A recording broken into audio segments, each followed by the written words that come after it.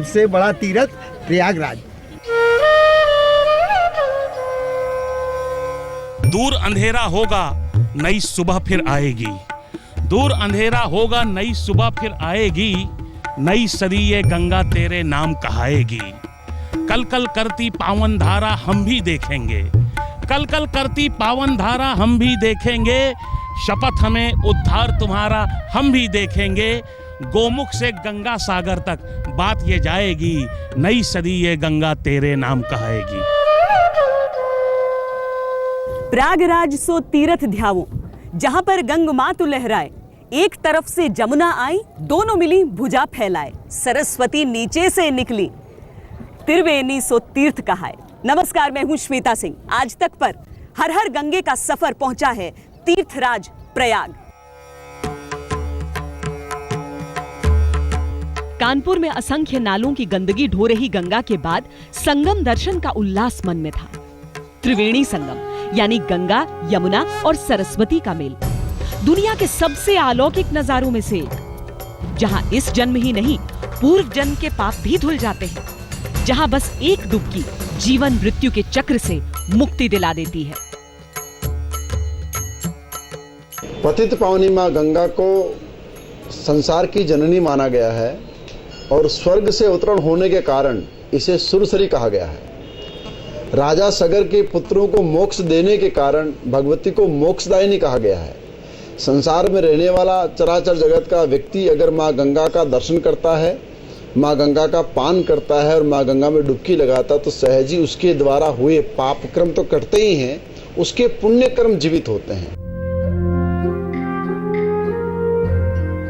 पर संगम की ओर बढ़ते हुए पहली नजर में ही उम्मीदें दरक गईं। कभी कई किलोमीटर में पसरा संगम आज उसकी परछाई भी नहीं था। सिकुड़ गई है गंगा, सिमट गया है संगम। और कभी भरद्वाज आश्रम आनंद भवन पे गंगा जी बहा करती थी, और आज स्थिति ये आ गई है कि एक सिमट के रह गई हैं। कुंभ के दौरान भव्यता बढ़ाने के लिए संगम में अतिरिक्त जल छोड़ा जाता है, पर करोड़ों श्रद्धालुओं की आस्था जहां डुबकी लगाती है, उस जल में पावन संगम की कितनी बूंदें हैं, ये अपने आप में बड़ा सवाल है। जहां पर गंगा और यमुना का संगम होता है, वहां गंगा की गहराई मुश्किल से 3 से 4 फुट होगी, कहीं कहीं पर 5 फुट भी। यहां से लोग पैदल भी दूसरी तरफ चले जाते हैं। लेकिन यमुना में अगर मैं खड़े होने की कोशिश करूं तो वहां पर 40 से 50 और कहीं कहीं पर 60 फुट की भी गहराई रहती है। वैसे संगम तट पर स्नान का अपना ही महत्व और साल के 12 महीने रहता है, और इसीलिए संगम तट पर सरकार, प्रशासन यहाँ की साफ सफाई का थोड़ा सा ध्यान जरूर देती है। हालांकि इसके बावजूद आपको काफी गंदगी नजर आ जाएगी, लेकिन शहर के बाकी घाटों से संगम घाट फिर भी कुछ साफ नजर आता है। जब नदियां अपने पूरे उफान पर होती हैं, तो संगम भी अपने पूर्ण स्वरूप में दिखता है। मान्यता है कि सरस्वती पाताल से मिलती है, पर गंगा और यमुना के जल का मिलन तस्वीरों में भी स्पष्ट दिखता है। अपनी मटमैली लालिमा के साथ गंगा और नील हरे में इठलाती यमुना। 12 महीने यहाँ भक्तों का तांता लगता है, पर सरकार का ध्यान अमूमन मेलों के इर्द गिर्द ही खिंचता है। इस बजट में ऐलान किया गया कि गंगा पर पानी का जहाज चलाया जाएगा। शुरुआत इलाहाबाद से होगी। देखिए, पर्यटन के दृष्टि से अच्छा है, रोजगार के दृष्टि से भी अच्छा है, लेकिन आज जब हमारे पास साधन और बहुत हैं, तो हम उनका भी उपयोग करें। पर इस उत्साह में चंद आशंकाएं भी शामिल हैं, क्योंकि गंगा की गहराई यहाँ इतनी नहीं कि जहाज चलाया जा सके। जब गंगा में नहाने के लायक पानी नहीं है, तो उस गंगा में जहाज कैसे चलेगा। और दूसरी सबसे बड़ी बात है, इस बजट में एक चीज आई थी कि गंगा को सौंदर्यीकरण की आवश्यकता है। गंगा अपने आप में इतनी सुंदर है कि उसके नाम से व्यक्ति अपने आप को सुंदर समझता है, तो गंगा को सौंदर्यीकरण की आवश्यकता नहीं है, गंगा को अविरल और निर्मल जल की आवश्यकता है। यूं तो पहाड़ों में बने टिहरी बांध ने गंगा की अविरलता को सबसे अधिक प्रभावित किया, पर हर पड़ाव पर नए नए बांध ने प्रवाह को ऐसा संकुचित किया कि जहां कभी गंगा अथाह रूप में दिखती थी, वहां केवल रेत है। जब पूरी दुनिया छोटे बांधों की ओर बढ़ रही है, हिंदुस्तान में बड़े बांधों के दायरों में छटपटा रही है गंगा। इलाहाबाद में हर ओर फैले ब्रिज तो दिखते हैं, लेकिन उनके नीचे गंगा गायब है। आपने बिल्कुल सही फरमाया। गंगा की अविरलता को गंगा ने नहीं समाप्त किया। ग्लोबल वार्मिंग से भी गंगा नहीं समाप्त हो रही हैं। गंगा अगर समाप्त हो रही हैं तो क्योंकि उनकी अविरल धारा को हमने जो पहाड़ों से, उत्तराखंड से जो गंगा आ रही हैं अनवरत, उसके साथ और जो सहायक नदियां जुड़कर गंगा से जुड़ रही हैं, उनका जो निर्मल जल है उसको हमने बांध दिया। और बांध किस लिए दिया? बांध दिया बिजली बनाने के लिए। आज उत्तराखंड में पर्याप्त बिजली है और उसके बाद भी हम बांध पे बांध गंगा पर बनाते चले जा रहे हैं। और तर्क क्या है कि हम बिजली बेचेंगे।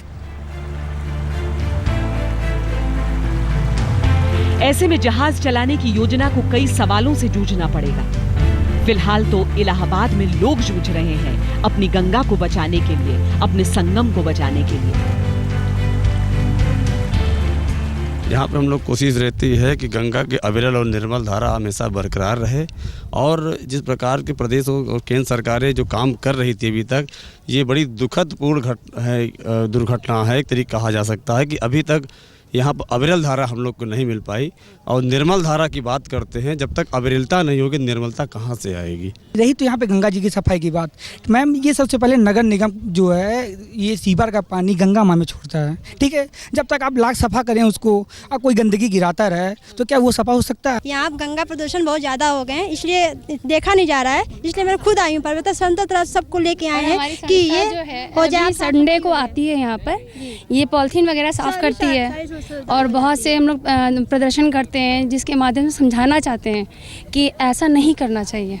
हमारे जो गंगा जी हमारी धरोहर है, इसको गंदा करके क्या मिलेगा? कुछ नहीं मिलने वाला, और बल्कि हमें गंदगी प्राप्त होगी, बीमारी होगी। ये संस्था लोगों को गंगा के प्रति जागरूक करना चाहती है, गंगा सफाई से जोड़ना चाहती है। लोग इन्हें घाट की सफाई करते देखते तो हैं, लेकिन जुड़ने के लिए आगे नहीं आते। क्या कोशिश रहती है आप लोगों की, कैसे करती हैं आप लोग, कैसे लोगों को समझाती हैं कि गंगा जी को साफ रखना चाहिए? हम लोगों की तो कोशिश ये रहती है, पहली बात तो बोलना हम चाहते नहीं, हम लोग डायरेक्ट आके यहाँ सफाई करते हैं। निरंतर 2000 से हम लोग, मेरी उम्र बहुत कम है 25 है, लेकिन मैं 2000 से गंगा माँ के लिए जुड़ी हूँ। और हर संडे हम लोग आते हैं सफाई करने। माघ में, कुंभ में हम लोग सब लोग मिल के, हमारे NGO की सारी लड़कियाँ, सारे काम हम लोग एक किनारे करके आके यहाँ साफ सफाई करते हैं पूरी गंगा जी की। क्या आप लोगों को देख के बाकी लोग आगे आते हैं मदद करने के लिए, सफाई करने के लिए? फिलहाल अभी तक तो ऐसा कुछ भी नहीं हुआ है, लेकिन सिर्फ देखते हैं, थोड़ा सा हंसते हैं। फिर उसके बाद फिर जब उनको समझाया जाता है तो फिर शर्म से मुंह नीचे करके चले जाते हैं। कुछ लोग होते हैं जो सपोर्ट भी करते हैं, बट इतना जिस टाइप से हम लोग रिजल्ट चाहते हैं उस टाइप से अभी तक रिजल्ट नहीं आया है। क्या लगता है धीरे धीरे लोग समझेंगे? हाँ ज़रूर है, धीरे धीरे लोग तो समझेंगे है ही है, कहीं ना कहीं तो रोशनी की किरणें तो आएंगी ही। असहाय है, लाचार है, मजबूर है गंगा, अब हैसियत से अपनी बहुत दूर है गंगा। कैसी रही, क्या हो गई, हैरान है गंगा, शीशे में खुद को देख के परेशान है गंगा। मैदान ही मैदान है, मैदान है गंगा, कुछ ही दिनों की लगता है मेहमान है गंगा।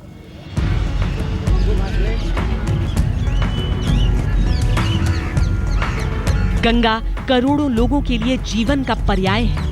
कुंभ और माघ मेले के बीच इलाहाबाद में अर्थव्यवस्था का भी बड़ा स्रोत है गंगा। पर लाभ के लिए गंगा का बूंद बूंद निचोड़ती आबादी को इस मानसिकता से बाहर निकलना होगा कि केवल मेरे करने से क्या होगा। हर एक शुरुआत गंगा के लिए संजीवनी साबित हो सकती है।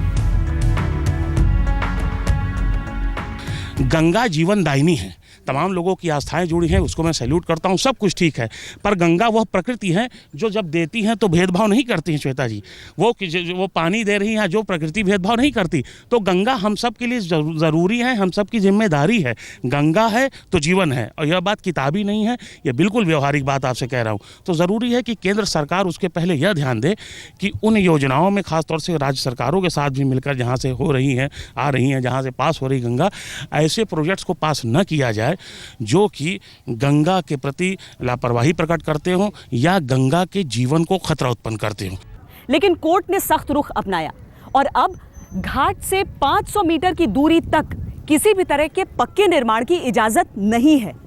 इसके अलावा कोर्ट ने यह भी निर्देश दिए कि घाट से 100 मीटर के दायरे में पॉलिथीन का इस्तेमाल हो नहीं सकता।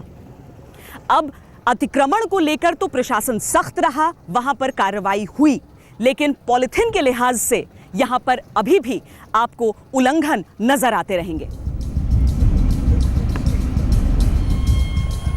इलाहाबाद हाई कोर्ट ने 2011 में ही गंगा फ्लड प्लेन के दोनों ओर 500 मीटर के दायरे में किसी भी तरह के पक्के निर्माण पर प्रतिबंध लगा दिया था, लेकिन इस ऐलान से पहले ही काफी अतिक्रमण हो चुका था।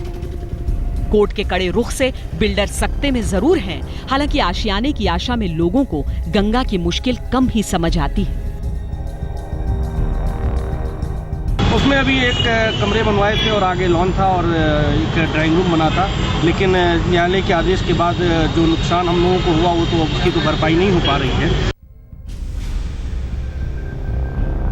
इलाहाबाद हाई कोर्ट ने इससे पहले भी कई ऐसे फैसले सुनाए हैं जो अविरलता से लेकर निर्मलता तक के हित में हैं। 2006 में कोर्ट ने नरोरा बांध से पानी छोड़ने को लेकर सख्त आदेश दिए थे। 2007 में कोर्ट ने आदेश दिया कि जितने भी उद्योग, चीनी मिल, टैनरी आदि ऐसे हैं जो अपनी गंदगी सीधे गंगा में प्रवाहित करते हैं, उन्हें बंद कर दिया जाए।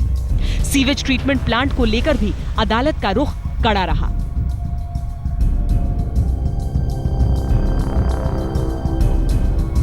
अदालत के आदेश तो आ गए, लेकिन राज्य सरकार की जिम्मेदारी है कि इनका ऐसा पालन किया जाए कि बाकी जगहों के लिए मिसाल बने।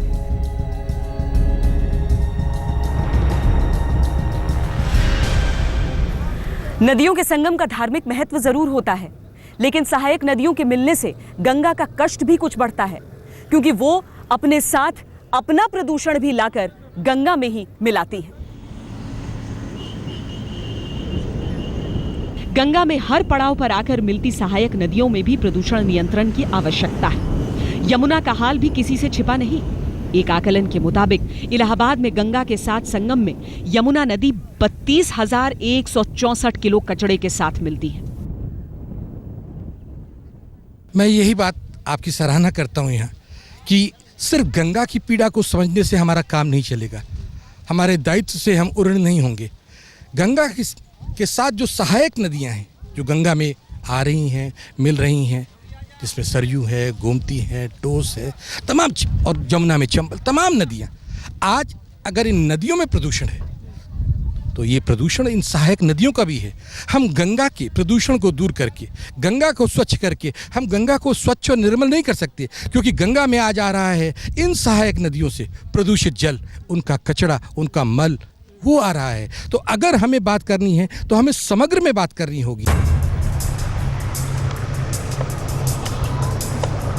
इसके अलावा नैनी औद्योगिक क्षेत्र और फूलपुर फर्टिलाइजर फैक्ट्री का वेस्ट भी गंगा प्रदूषण का एक बड़ा जरिया है।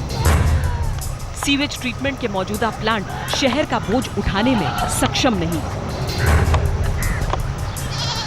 गंगा को अगर इस पवित्र पड़ाव पर पीड़ा से बचाना है तो सरकार को अदालती आदेशों के पालन में चुस्ती दिखानी होगी। सीवेज डिस्पोजल के तरीकों को इलाहाबाद में भी आधुनिकीकरण की आवश्यकता है। लोगों को बसाने के लिए नदी तट से अलग वैकल्पिक इंतजाम में सरकारी सहयोग चाहिए। शहर में यही सारे कदम यमुना के लिए भी उठाए जाने की जरूरत है। और सबसे बढ़कर शहर के निवासियों को गंगा का प्रहरी बनना होगा, क्योंकि अगर लोग जागरूक हों तो बड़े से बड़ी सेना पर भारी पड़ते हैं।